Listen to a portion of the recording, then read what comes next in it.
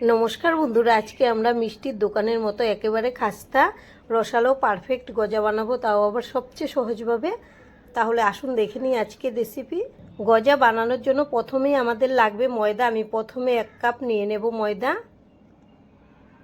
এখন আরেক কাপ নিয়ে নেব। আমি মোট 2 কাপ দিয়ে গজাগুলো বানাবো। আপনারা ইচ্ছে করলে ময়দার পরিমাণটা আরও বাড়িয়েও দিতে পারেন বা কমিয়ে নিলেও হবে। দিয়ে দেব সামান্য লবণ, দিয়ে দেব ছোট চামচের 1/2 চামচ বেকিং পাউডার। এখানে বেকিং সোডা দিলে হবে না, বেকিং পাউডারই দিতে হবে। আমি 2 কাপ ময়দার জন্য এখানে ছোট চামচের 1/2 চামচ বেকিং পাউডার নিয়েছি। যদি আপনারা ময়দার পরিমাণটা বাড়িয়ে দেন তাহলে কিন্তু বেকিং পাউডারের পরিমাণটাও বাড়িয়ে দিতে হবে, আর যদি কমিয়ে দেন তাহলে আরেকটু কম করে দেবেন। এখন আমি শুকনো উপকরণ খুব ভালো করে মিশিয়ে নেব। এখানে নিয়েছি 1 হাতা দেশি ঘি, আর খুব ভালো করে ময়ান দিতে হবে। আমি প্রায় 3 মিনিটের মতো লাগিয়ে ময়ানটা দিয়ে নেব। প্রায় 3 মিনিট পর দেখুন আমাদের ময়ান কিন্তু দেওয়া হয়ে গেছে। এবার মুঠোতে নিলে খুব সহজেই মুঠো হয়ে যাচ্ছে, আর হালকা চাপ দিলেই ভেঙে যাবে। ঠিক এরকম করে ময়ানটা দিতে হবে। আপনাদের যদি এখানে ঘি বা সাদা তেলের পরিমাণটা কম হয় তাহলে কিন্তু মুঠোটা ঠিকঠাকভাবে হবে না, একটু ঝরঝরে থাকবে। এবার আমি অল্প অল্প জল দিয়ে ডোটা মেখে নেব। জলটা কিন্তু একেবারে বেশি করে দেওয়া যাবে না, তাহলে নরম হয়ে যাবে। আর এই ডোটা কিন্তু একদম শক্ত করে মাখতে হবে। আমরা রুটির জন্য যেরকম ডো মাখি তার থেকে এটা একটু শক্ত হবে। আর আমরা রুটির ডো মাখতে গেলে যেরকম ঠেসে ঠেসে খুব চাপ দিয়ে মাখি, এটা কিন্তু এভাবে মাখলে হবে না। খুব হালকাভাবে মেখে একটা ডো বানিয়ে নিতে হবে। আর গজা বানানোর জন্য সঠিক মাপ আর মাখানোর প্রসেসটা আর যদি ভাজাটা ঠিকঠাকভাবে করতে পারেন তাহলে কিন্তু খুব ভালো গজা হবে। এই জিনিসগুলো ঠিকঠাকভাবে করে নিলে খুব সুন্দর গজা তৈরি হয়। আমি এভাবে খুব ভালো করে মেখে নেব। আপনারা দেখে বুঝতেই পারছেন আমি কত কম জল দিয়ে মেখে নিচ্ছি। এখন কিন্তু আমাদের ডোটা মাখা হয়ে গেছে। আর দেখুন আমি কতটা শক্ত করে মেখেছি। এবার ঢেকে রেখে দেব 10 মিনিটের জন্য।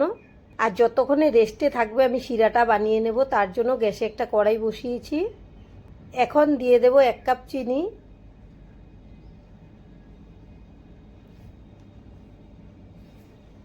আর এই কাপ মেপে আমি জলটা দেব। 1 কাপ চিনির সঙ্গে 1 কাপ জল দিয়ে দিলাম। চিনির মধ্যে একটু পিঁপড়া আছে, এগুলো কিন্তু আমি পরিষ্কার করে নেব। চিনি পরিষ্কার করার জন্য আমি অল্প একটু ময়দা নিয়েছি। এখন জল দিয়ে গুলিয়ে দেব। তো যদি কোনো চিনিতে এরকম পিঁপড়ে বা নোংরা থাকে তাহলে একটু এভাবে ময়দা গুলিয়ে দিয়ে দেবেন, তাহলেই কিন্তু ভালো করে পরিষ্কার হয়ে যাবে শিরাটা। না হলে একটা কালসে কালার থাকে। আর এই যে দেখুন কতগুলো পিঁপড়া ভেসে আছে। এখন আমি এগুলো দিয়ে মিশিয়ে নেব ভালো করে। আর একটু জাল করার পরেই দেখবেন উপরে ভেসে উঠবে। 2 মিনিটের মতো জাল করে নিয়েছি। এবার দেখুন চিনির মধ্যে যত নোংরা আছে সব কিন্তু ফেনা হয়ে উপরে ভেসে উঠেছে। এই ফেনাগুলো যখন আমি তুলে ফেলে দেব তখন কিন্তু একদম পরিষ্কার শিরা হয়ে যাবে। আর আপনারা ডোটা যখন রেস্টে রাখবেন তখনই কিন্তু শিরাটা বানিয়ে নেবেন।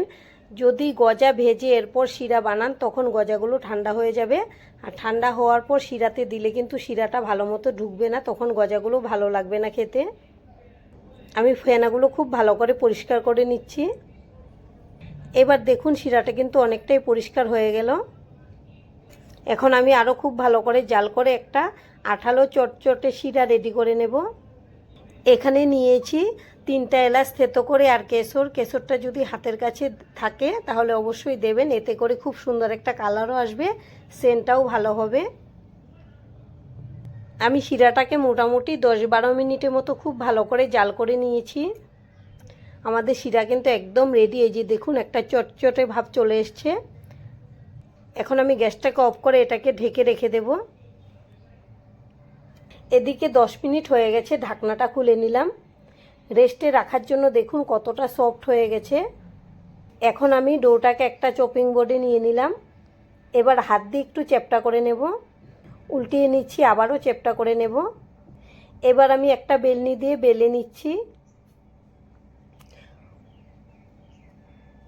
আজকে কিন্তু আমরা খুব সহজভাবে গজাগুলো বানাচ্ছি, আপনারা দেখে বুঝতেই পারবেন যে এখানে কোনো কেটে লেয়ার বানাবো না, এমনিতেই কিন্তু খুব সুন্দর করে লেয়ারটা হয়ে যাবে। আর যদি আপনারা কেটে লেয়ারটা দেন তখন কিন্তু ভাজার সময় ভেঙে যায়, গজাগুলো তখন সুন্দর থাকে না। আর দেখুন আমি এরকম মোটা করে বেলে নিয়েছি, এটা ভাজার পরে কিন্তু আরও অনেকটা ফুলে যাবে। এখন একটা ছুরি দিয়ে সাইডগুলো কেটে বাদ দিয়ে দেব।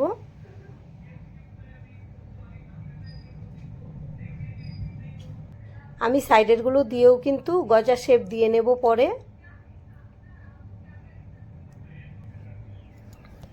এবার আমি লম্বা করে শেপটা দিয়ে নিচ্ছি, প্রথমে লম্বা করে কেটে দিলাম, এবার পাতাল করে কেটে দিচ্ছি।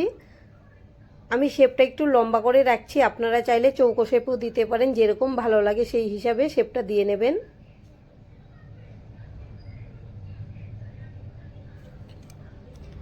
এই যে দেখুন শেপ দেওয়া হয়ে গেছে, আর লেয়ারগুলো কত সুন্দর এখনই বোঝা যাচ্ছে।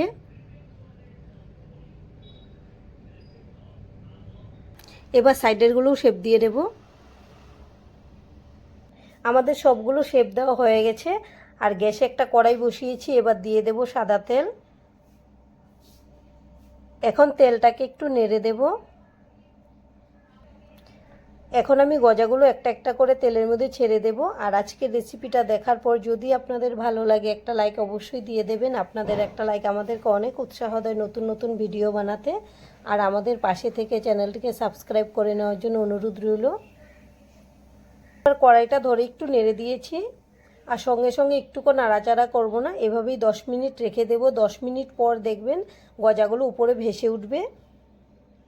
এবার দেখুন গজাগুলো কিন্তু ফুলে অনেকটাই উপরে ভেসে উঠেছে, আর লেয়ারগুলো কিন্তু খুব সুন্দরভাবে খুলে যাচ্ছে।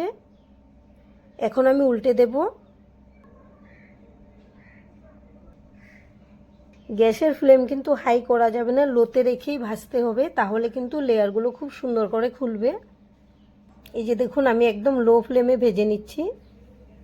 গজাগুলো উল্টানোর পরে আরও 10 মিনিট আমি এভাবেই রেখে দিয়েছি। এবার আমি গ্যাসের ফ্লেম মিডিয়ামে করে সুন্দর করে একটা কালার আসা পর্যন্ত উল্টে পাল্টে নেড়ে চেড়ে ভেজে নেব। এই যে দেখুন কত সুন্দর করে লেয়ারগুলো খুলে যাচ্ছে। যদি হাই ফ্লেমে ভাজা যায় তখন কিন্তু এভাবে লেয়ারটা খুলবে না, উপরটা ভাজা হয়ে যাবে। এবার কিন্তু কালারটা আসতে শুরু হয়ে গেছে, আর আমি এভাবেই সুন্দর করে উল্টে পাল্টে একটা কালার আসা পর্যন্ত ভেজে নেব। এবার দেখুন আমাদের গজার কিন্তু খুব সুন্দর একটা কালার চলে এসছে। এখন আমি তুলে নেব।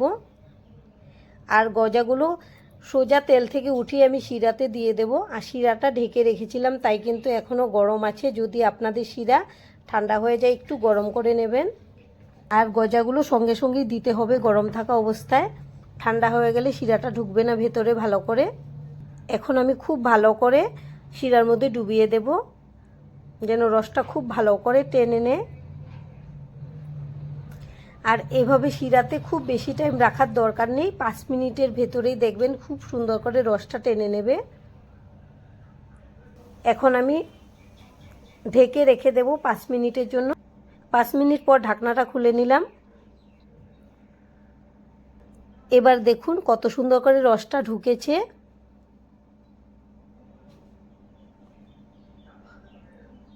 একদম নরম তুলতুলে হয়েছে। এভাবে আপনারা বাড়িতে বানাবেন, আশা করছি খুবই ভালো লাগবে। যে কোনো পূজা পার্বণে বা ছোটো মোটো বাড়ির অনুষ্ঠানে নিজের হাতে এভাবে গজা বানিয়ে পরিবেশন করলে কিন্তু খুবই ভালো লাগে। আর আজকের ভিডিওটা এখানেই শেষ করব। সবাই ভালো থাকবেন, সুস্থ থাকবেন। সম্পূর্ণ ভিডিও দেখার জন্য অসংখ্য ধন্যবাদ।